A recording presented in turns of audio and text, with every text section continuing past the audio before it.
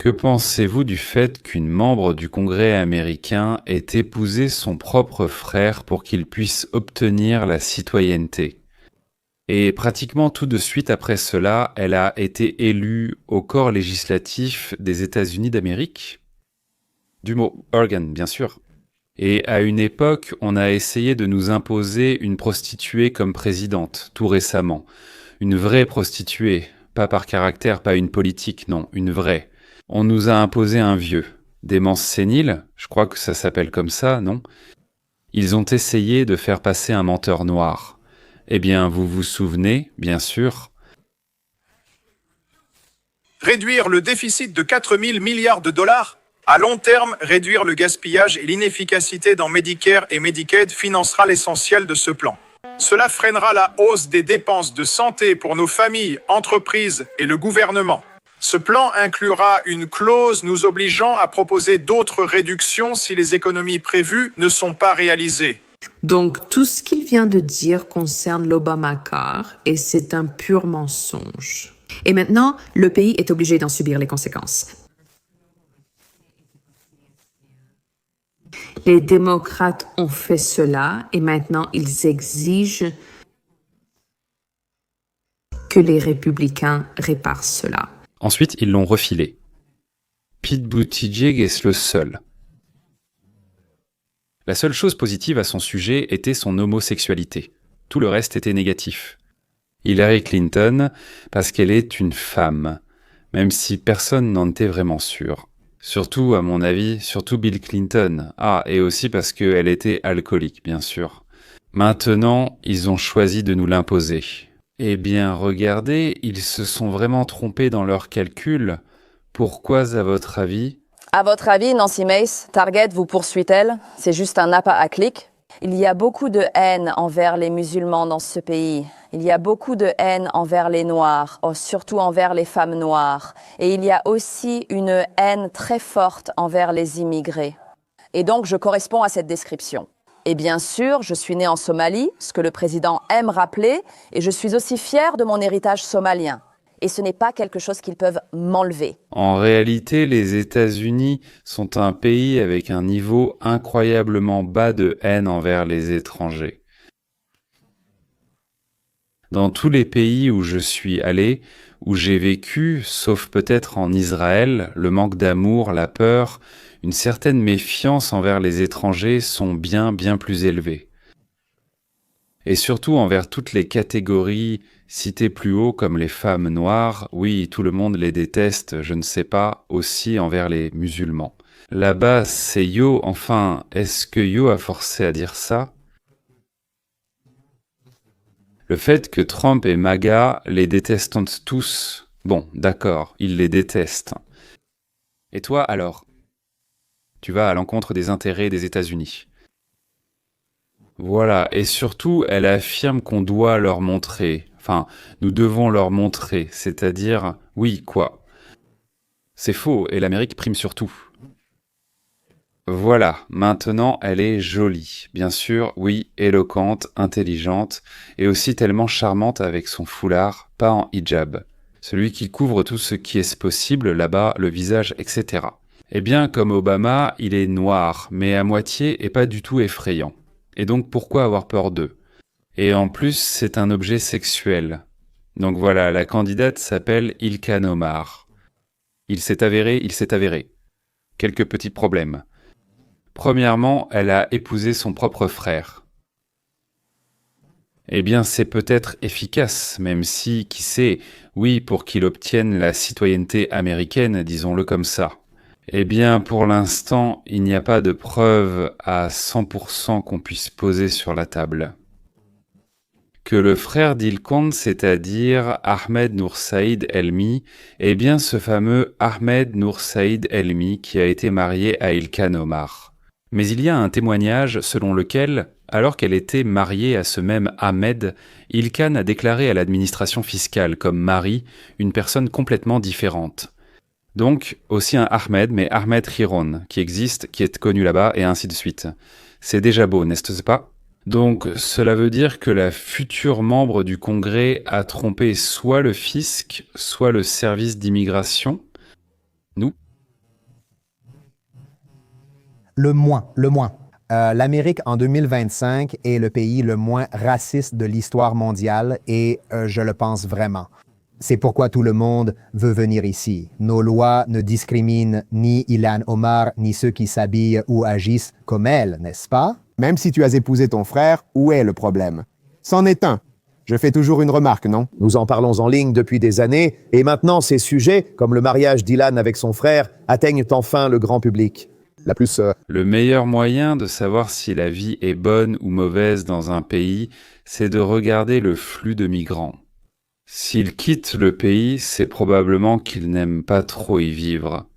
Si c'est vers le pays, alors la vie y est bonne, ou du moins meilleure que là d'où ils viennent. Prenons la Somalie, donc la Somalie et les États-Unis, oui. Combien d'Américains ont fui vers la Somalie? Eh bien, si ce n'est pas zéro, je pense que c'est très proche. Et combien de Somaliens ont fui vers les États-Unis? Oui, 150 000, 100, oui messieurs. Bon, disons la Russie et les États-Unis. Le meilleur endroit sur la planète, c'est la Russie. Moi, je suis ce fameux russophobe ou quelque chose comme ça. Donc, en Russie, pour une raison ou une autre, vivent environ 3000, c'est-à-dire des citoyens des États-Unis d'Amérique. Les raisons sont diverses, mais néanmoins, aux États-Unis, de 2000 à 2024, 300 000 citoyens de la Fédération de Russie ont déménagé et continuent d'y résider. Alors, la question est, où vaut-il mieux vivre? Où y a-t-il moins de discrimination? Plus de sécurité, de liberté et d'opportunité? Eh bien, divisons ces 300 000 par 3000, c'est 100 fois. Il est 100 fois mieux de vivre aux États-Unis qu'en Fédération de Russie. Ce ne sont pas des mots, mais des chiffres. Et voici le président Trump qui parle de cette même charmante personne, Ilhan Omar. Honnêtement, nous n'avons pas besoin de ces gens dans notre pays pour nous dire quoi faire. De quoi tu parles? Je parle de la Somalie où la députée évoque toujours la Constitution, mais serait entrée dans le pays en épousant son frère. Si c'est vrai, elle n'a rien à faire au Congrès et nous devrions la foutre dehors de notre pays. Quoi? Voulez-vous dire par eux? Préciser. Des gens de différents pays qui nous sont hostiles et des pays qui sont eux-mêmes devenus incontrôlables. Des pays comme la Somalie, où il n'y a pratiquement pas de gouvernement, pas d'armée, tout ce qu'ils font, c'est s'entretuer. Ensuite, ils viennent dans notre pays et nous apprennent comment gérer notre pays. Nous n'en voulons pas, vous utilisez... D'accord. Autant que je sache, c'est la première fois que Trump aborde directement le sujet du mariage d'Ilhan avec son frère. C'est une percée et je pense que vous en entendrez de plus en plus parler. Et si elle a commis une fraude à l'immigration fédérale illégale, eh bien oui, on peut vous expulser du pays. Mais... Les frasques d'Ilhan ne s'arrêteront pas là. 78 Somaliens, amis et sponsors d'Ilhan ont été arrêtés pour détournement de fonds. Prêt. Eh bien, le montant minimum mentionné est de 250 millions de dollars provenant du programme fédéral d'alimentation pour enfants.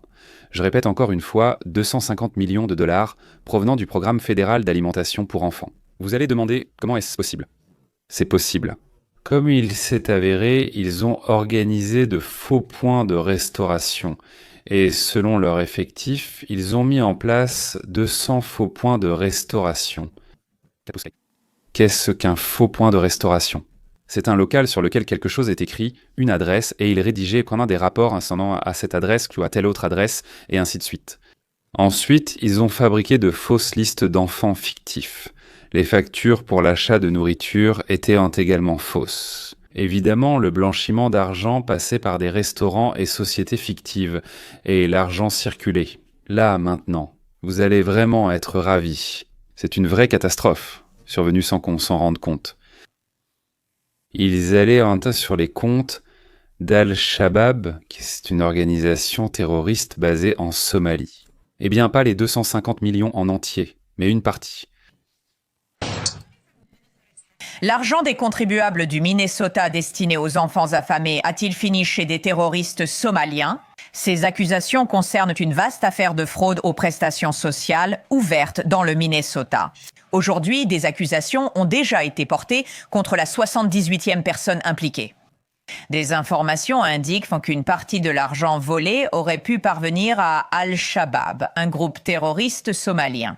Le président Trump annonce vouloir mettre fin à la protection contre l'expulsion d'environ 700 Somaliens au Minnesota, qualifiant l'État de centre de groupes criminels somaliens. Quels sont les faits sur le terrain? Notre correspondante d'investigation, Rich McHugh, est ce soir devant le tribunal fédéral de Minneapolis. Rich, qu'avez-vous appris? Bonsoir Elisabeth. Eh bien, nous sommes maintenant au tribunal fédéral où il y a seulement quelques heures, 78 chefs d'accusation ont été prononcés. Tout cela est lié à Feeding Our Future, Corruptionise, une organisation non gouvernementale corrompue qui est au cœur de toute cette fraude. Des sources fédérales actuelles et anciennes affirment que depuis 2019, des milliards ont été volés et que le Minnesota est infesté de fraude. Et beaucoup de cet argent part en Somalie et une partie des fonds est allée au groupe Al-Shabaab lié à Al-Qaïda. Mais je veux réexpliquer cela aux téléspectateurs car c'est compliqué. Tout cela provient de Feeding Our Future, la plus grande fraude liée au Covid. Ces criminels ont ouvert plus de 200 centres fédéraux pour enfants au Minnesota. Ces centres prétendaient à tort nourrir chaque jour des milliers d'enfants. Ils créaient de fausses listes de présence, de fausses factures et le gouvernement les remboursait. David Gator, ex-sénateur de l'État, l'a vu lui-même. Rich, c'est le restaurant Safari Warrior au centre de Minneapolis. C'est le centre des principales fraudes et détournements de fonds de la région. Son propriétaire est en prison fédérale. Ce restaurant...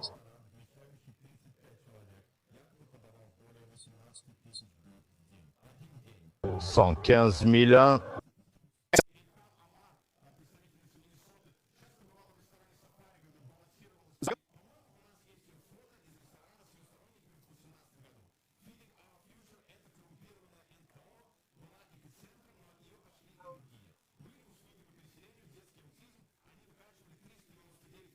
Donchi Traction 232 avec service uniquement en 2023.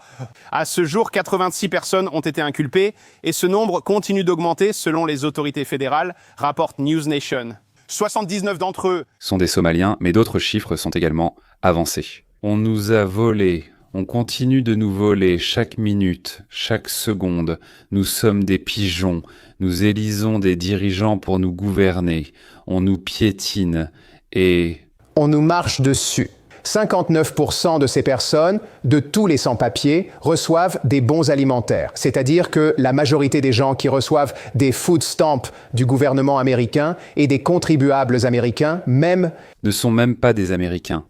Viens, mon cher, chez nous, je vais te nourrir, te donner à boire et t'offrir un lit. Et tout cela, ce n'est même pas à mes frais, mais à ceux des voisins qui ne se doutent même pas à quel point on les vole. Des pigeons, des pigeons, des pigeons, et encore des pigeons, mais ceux qui les dirigent et les poussent ne sont pas du tout des pigeons. Mais des voleurs dont le nom commence par F, armés de grenades, pas de Saurus. Qu'est-ce qui se passe en enfer là-bas dans le Minnesota avec ces Somaliens? Bon, je vais juste le dire, parce que je suis une personne de couleur, comme on dit, et je ne vais pas rejoindre le cœur qui dit que l'Amérique n'est pas blanche et que tout le monde est de couleur. Et qu'ils détruisent le pays. Non, ce sont ces imbéciles, ces gens méchants qui ont fait venir ces personnes dans notre pays et leur donnent l'argent des contribuables. Ils se livrent à la fraude. Et toutes sortes d'autres choses. Vous le voyez à l'écran, les personnes noires, elles font la même chose. Et tous ces autres gens font la même chose aussi. Selon moi, le problème n'est pas seulement la couleur de peau, mais aussi que vous avez fait venir des personnes ne partageant pas nos valeurs. Je ne pense pas que cela soit lié à la couleur de peau ou à la culture. Il y a sûrement des Somaliens respectueux du rêve américain, venus légalement et agissant correctement. Et c'est tout. Tout ce qui précède, et ensuite il vous reste ceci. Il y a une fraude de 250, des millions de dollars, 250 millions, et en anglais ils ne comprennent pas, 250 millions. Lance l'enregistrement, escroquerie de 250 millions de dollars, déjà 77 personnes. De nombreux immigrés somaliens sont accusés d'une des plus grandes escroqueries financées par les contribuables américains. Le Minnesota, abritant la plus grande communauté somalienne des États-Unis, est devenu le centre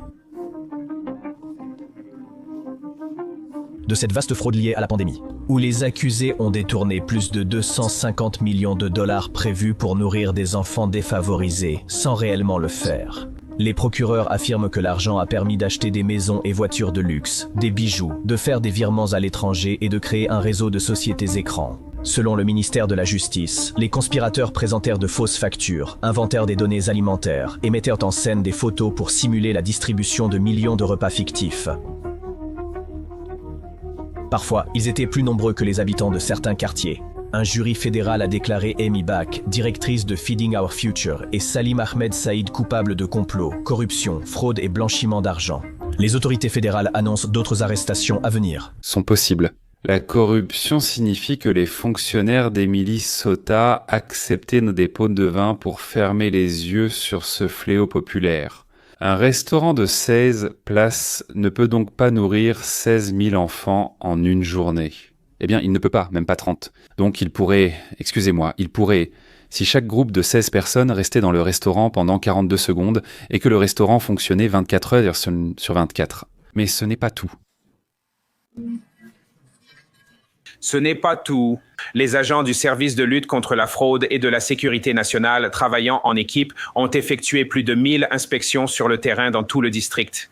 Minneapolis s'impole dans cette opération. Ce qu'ils ont découvert devrait choquer toute l'Amérique. En se concentrant sur une liste de plus de 1000 affaires ciblées, impliquant plus de 900 personnes, nos agents ont été confrontés à une fraude matrimoniale flagrante. Des dépassements de durée de visa, des personnes prétendant travailler pour des entreprises inexistantes, de faux documents, des abus du système de visa H1B et F1, ainsi que de nombreux autres cas.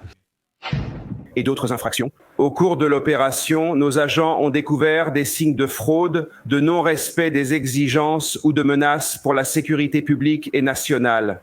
Dans près de la moitié, des cas interrogés, 50%, c'est-à-dire la moitié de tous les dossiers d'immigration vérifiés, se sont révélés falsifiés. Il y a 80 000 Somaliens qui vivent dans le Minnesota. Il y en a seulement 150 000 dans tout le pays. Et eux, ils en ont 80 000 là-bas. Et parmi eux, il y en a qui ont trompé. Donc le pays, l'immigration, la moitié du pays, c'est-à-dire 40 000 personnes devraient théoriquement être renvoyées chez elles. Donc alors où, dans un bon pays, la Somalie, où j'étais depuis la mauvaise Amérique, la déportation est en réalité un processus très complexe, et une déportation massive rencontrera d'énormes obstacles juridiques, des problèmes, et peut-être ne sera possible qu'avec un changement de la politique d'immigration des États-Unis. Mais il est possible que cela soit justement discuté lors de la rédaction de ce décret présidentiel sur la rétromigration, dont nous avons parlé il y a quelques jours. La rétromigration, comme l'a appelé Donald Trump, c'est la migration des États-Unis vers l'arrière. D'où viennent-ils? Eh bien d'ailleurs, pas seulement de Somalie, mais aussi d'Ukraine. Aussi, c'est distingué. Nous avons détecté des signes inquiétants, des tendances dans le programme Unité pour l'Ukraine qui auraient fortement inquiété d'autres administrations. Par exemple, lorsqu'une personne fait une demande pour parrainer plus d'une centaine d'étrangers ou lorsqu'une organisation en parraine des centaines, nous continuons d'enquêter sur ces... Cass, voici l'un de ceux qui ont détourné le regard. Chef. De la police de Minneapolis. Encore un extrait, encore un passage à ce sujet, parce que c'est ce qui m'a le plus énervé, comme je l'ai mentionné. Et c'est la réponse du chef 105 extrait 105. S'il te plaît, Seigneur, aide-moi. C'est le même escroc qui fait la promotion de ces Somaliens et tout ça. Et après qu'ils aient découvert toute cette corruption, le département de police de Minneapolis les poursuit et procède à des arrestations, ce qui a été fait correctement au nom des électeurs, au nom de tous les habitants du Minnesota, des contribuables. Et voici ce que le chef a dit à ce sujet lors de la conférence de presse. « Ah, il y a toute une foule de Somaliens derrière lui, l'un d'eux enveloppé dans une couverture. C'est idiot, un porc dans une couverture. Lance la vidéo. Stop, qu'est-ce que c'est que ça? Nous, on est divisés, on vit en Amérique. Pourquoi elle parle une langue étrangère? À la conférence de presse, où notre chef s'exprime. Qu'est-ce que c'est? Regardez ça. C'est un pays étranger dirigé par un homme blanc. Voilà ce que c'est l'étranger. Je parie $1 million qu'au moins la moitié d'entre eux ne parlent pas correctement anglais. Soit ils ne parlent pas du tout, soit ils parlent un anglais cassé. Ils patrouillent les Russes et répondent aux appels. Je ne parle pas anglais. Toi, policier idiot, viens ici. Allumez-le rapidement. La communauté somalienne ici, à Minneapolis, a été très accueillante et m'a montré de l'affection et j'apprécie cela. Au cours des 3 dernières années, nous avons travaillé ensemble pour essayer de résoudre certains problèmes très sérieux qui existent dans notre communauté. Parfois, il faut reconnaître les problèmes dans notre communauté et nous avons besoin de l'aide de la communauté pour les résoudre. Ensemble. Regardez les gens à l'arrière-plan. Ils ne savent pas ce qu'il dit là-bas. Le gars juste derrière lui, on dirait qu'il lit du braille ou quelque chose comme ça. Il ne peut même pas regarder la caméra. C'est comme si tu allais au Japon ou quelque part, ou au Mexique, et là-bas, ils parlent une langue que tu n'as jamais entendue. Ces gens le regardent comme s'ils n'avaient jamais entendu l'anglais. Ils n'ont aucune idée de ce qu'il raconte. Ils ne comprennent même pas ce qu'il dit. Regarde ceux-là, surtout celui derrière. Il ressemble à un noir avec une coupe escarlate. Ils ont l'air noirs, mais ont les cheveux raides. C'est fou. Regarde celui derrière. Lui, franchement, je ne comprends pas ce qui se passe ici. Et maintenant, passons à la cerise. Au gouverneur du Minnesota, Tim Walsh, qui a été candidat à la vice-présidence des États-Unis en 2024 avec Kamala Harris. Donc il s'est avéré que c'était le seul, pour ainsi dire, candidat possible à ce poste qui était plus stupide que Kamala. Elle voulait quelqu'un à côté de qui elle brillerait par son intelligence. Et le seul qui convenait, c'était lui. Il était, sans aucun doute, adapté à cet objectif. Il criait tout le temps qu'il canamar, c'est l'avenir de l'Amérique. Minnesota, gouverneur Tim Walsh. Le gouverneur du Minnesota, Tim Walsh, a été accusé de réduire au silence les lanceurs d'alerte qui tentaient de révéler la fraude somalienne. Ainsi, plus de 400 personnes ont déclaré que le gouverneur Tim Walsh, pendant sa campagne à la vice-présidence, réduisait au silence et attaquait les informateurs qui tentaient de stopper la fraude somalienne. Dans tout Minneapolis et dans l'État du Minnesota. Plus de 400 personnes travaillant dans différentes institutions du Minnesota se sont adressées aux tribunaux, au Parlement local, à leurs supérieurs, à la police, racontant que le pays était ouvertement pillé. Sur ordre du gouverneur, ils ont été persécutés, réduits au silence, intimidés. Écoutons la personne prise en flagrant délit. Le gouverneur. Ce n'est pas utile lorsque le président, dépassant la simple fraude, s'en prend à toute une communauté, essayant d'en exclure les sans-papiers qui fuient à la guerre civile et vivent au Minnesota. Ce n'est pas utile. En même temps, souvenez-vous que c'est cette administration qui a réduit nos fonds pour la lutte contre le terrorisme, ainsi que nos programmes fédéraux de lutte contre la fraude. C'est pourquoi nous accueillons favorablement le soutien des gens. Nous l'accueillons et je dirais que les procureurs américains ici ont été incroyables. Très utile. Cette vidéo s'adresse aux dirigeants du Parti démocrate du Minnesota, dont le gouverneur Tim Walsh. Nous en avons assez de la fraude, assez de la honte nationale, assez du gaspillage de nos fonds publics. Et maintenant, apprendre que cet argent durement gagné est allé à une organisation terroriste internationale en Somalie. C'est une honte nationale. Honte. D'ailleurs, voici un podcast intéressant d'une Somalienne qui est indignée par ces accusations. Une grande partie de ceux qui ont été accusés sont des Américains d'origine somalienne, ce qui a provoqué des débats haineux et, malheureusement, a conduit à la stigmatisation de notre communauté plus large. De la communauté au sens large. Autrement dit, seulement 50% des Somaliens ont défendu l'immigration. Et vous accusez tout le monde, c'est incroyable, ce n'est pas bien, cela veut dire que vous êtes vraiment mauvais.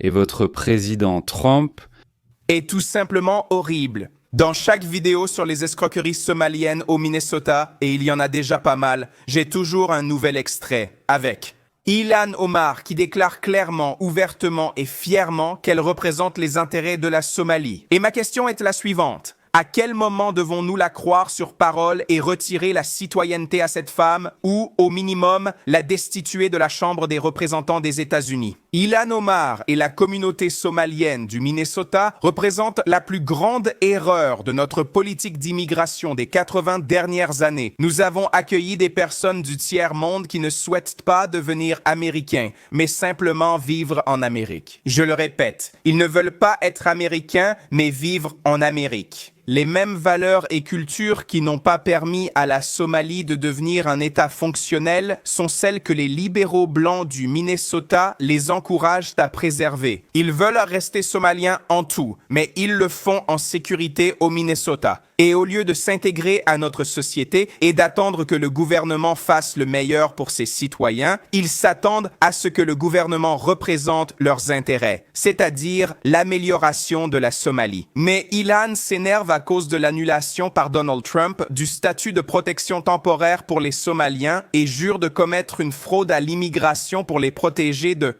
l'expulsion.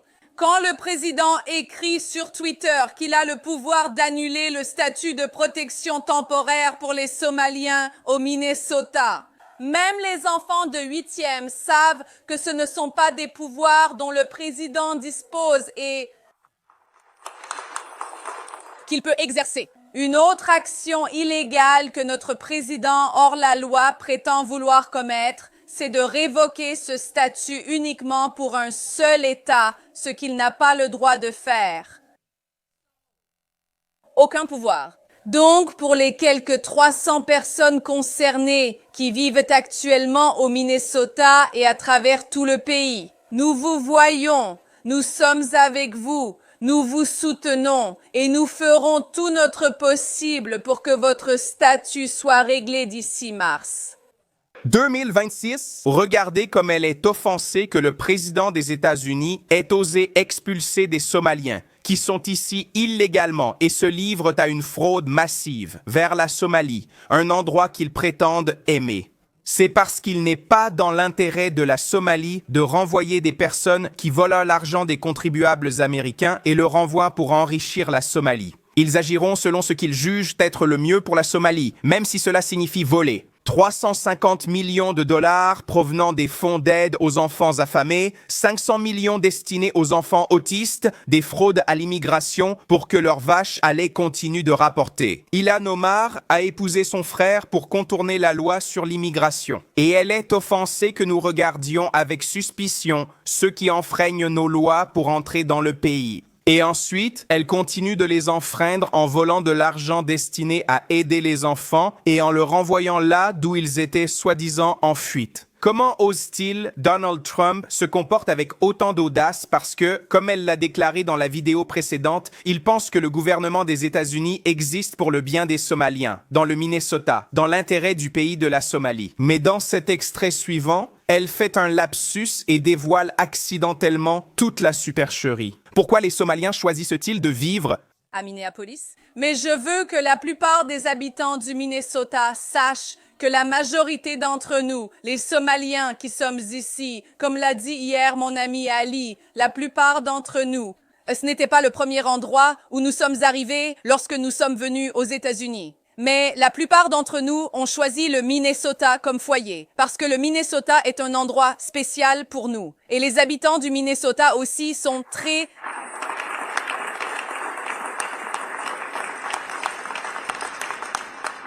chers à nos cœurs. Quand nous avons déménagé d'Arlington en Virginie, il y a presque 30 ans, aucun de nous n'avait l'intention de s'installer dans un autre État. Mes frères, sœurs, moi et notre père, quand il était en vie, appelions le Minnesota notre maison, car comme je l'ai dit, le Minnesota est spécial. Et je sais que presque chaque Somali élu du Minnesota n'a pas commencé au Minnesota, mais a choisi de venir ici, de rester ici et de fonder une famille ici, au lieu de simplement faire partie de la diaspora somalienne qui vit ailleurs. Au lieu de se disperser à travers les États-Unis, où ils auraient dû s'intégrer et s'assimiler à la société américaine, ils ont choisi de se rassembler à Minneapolis pour créer une enclave qui fonctionne comme un État satellite pour la Somalie, où ils peuvent accumuler du pouvoir politique et élire des représentants comme Ilhan Omar, qui feront Exactement cela. Travailler au sein du système des États-Unis pour améliorer la situation en mis des sections. Somalie. Il n'y a rien de mal à aimer les bouleaux, les palmiers ou les saules pleureurs de son pays natal depuis l'enfance. Je ne sais pas. Bien sûr, rien de mal à cela. Mais en vivant ici, en ayant obtenu tous les droits et la liberté, en recevant une aide dont on n'aurait même pas rêvé. Exiger de l'aide de la Somalie, de la Russie ou de l'Ukraine, ce sont des points d'ébullition extrêmes pour les Américains. Et d'un candidat au poste de secrétaire d'État ou de procureur général. Eh bien sûr, Ilkan n'avait pas le droit de devenir président des États-Unis, à moins bien sûr qu'on ne trouve soudainement son certificat de naissance à Hawaï. Par exemple, au lieu de l'honneur et de l'amour du peuple des communaux-fascistes du Parti démocrate des États-Unis, Ilkan Omar s'est retrouvé dans le collimateur du FBI et du ministère de la Justice. J'espère vraiment qu'elle sera expulsée, enfin, d'abord chassée du Congrès. L'expulser, probablement, ils ne peuvent pas, parce qu'elle a obtenu, soi-disant légalement, la citoyenneté. Peut-être qu'on découvrira des choses. Ensuite, elle, donc son frère... À elle! Elle l'a ramené, mais elle peut aller en prison pour ça, pour ses magouilles. Je pense qu'ils peuvent, j'espère qu'ils peuvent. Alors, mesdames et messieurs, n'oubliez pas que vous nous adorez et qu'il est absolument nécessaire de vous abonner. Et si vous êtes déjà abonné, alors après l'abonnement, cliquez absolument sur la cloche, tapez sur cette fameuse cloche. Parce que je ne comprends rien. Mais seulement 15% des personnes qui me regardent régulièrement ont fait cette démarche. Et d'ailleurs, écrivez des commentaires, parce que ça m'intéresse de savoir... Peut-être que pendant 10 à 20 heures après la sortie de la vidéo, je parcours les commentaires. J'essaie d'y répondre. Mais dans tous les cas, sachez que je les lis, si vous les avez postés, disons, dans les premières 24 heures après la sortie de la vidéo.